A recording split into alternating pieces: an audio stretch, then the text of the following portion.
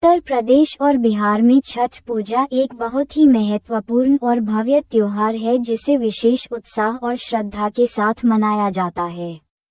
ये पर्व सूर्य देव और छठी मैया की पूजा करने का है, जो लोगों की मान्यताओं के अनुसार जीवन में खुशियाँ, स्वास्थ्य और समृद्धि लाते हैं।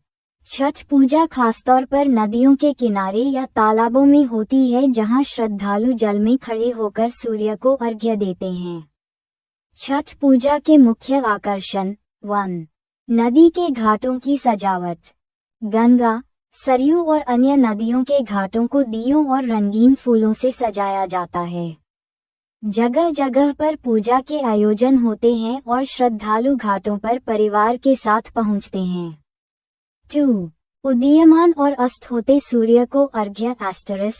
छठ पर्व के दौरान उदीयमान सुबह और अस्त शाम होते सूर्य को अर्घ्य देने की परंपरा है।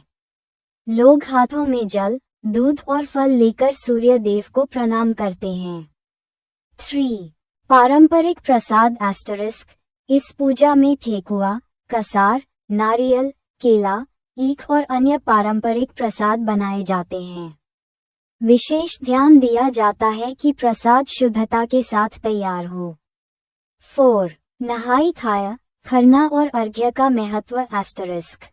छठ पूजा का प्रारंभ नहाई खाया से होता है, उसके बाद खरना और फिर अर्घ्य का आयोजन होता है। ये पूरे 4 दिनों का महापर्व है जिसमें व्रती उपवास रखते हैं और संयम का पालन करते हैं। वातावरण में छठ की रौनक घरों, गलियों और घाटों पर श्रद्धालुओं की भीड़ होती है। महिलाएं पारंपरिक साड़ी पहनती हैं और पुरुष धोती कुर्ता में नजर आते हैं। बच्चों से लेकर बुजुर्गों तक में उत्साह देखने लायक होता है। धार्मिक गीत गाए जाते हैं और लोग मिलजुल कर इस पर्व का आनंद उठाते हैं।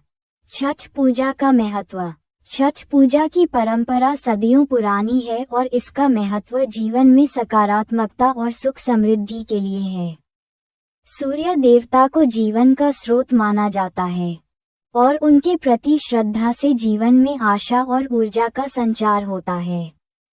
छठ पूजा के इस अवसर पर उत्तर प्रदेश और बिहार के घाटों का नजारा अद्वितीय होता है, जहां एकत्रित होकर लोग श्रद्धा के साथ अपने आराध्य को नमन करते हैं।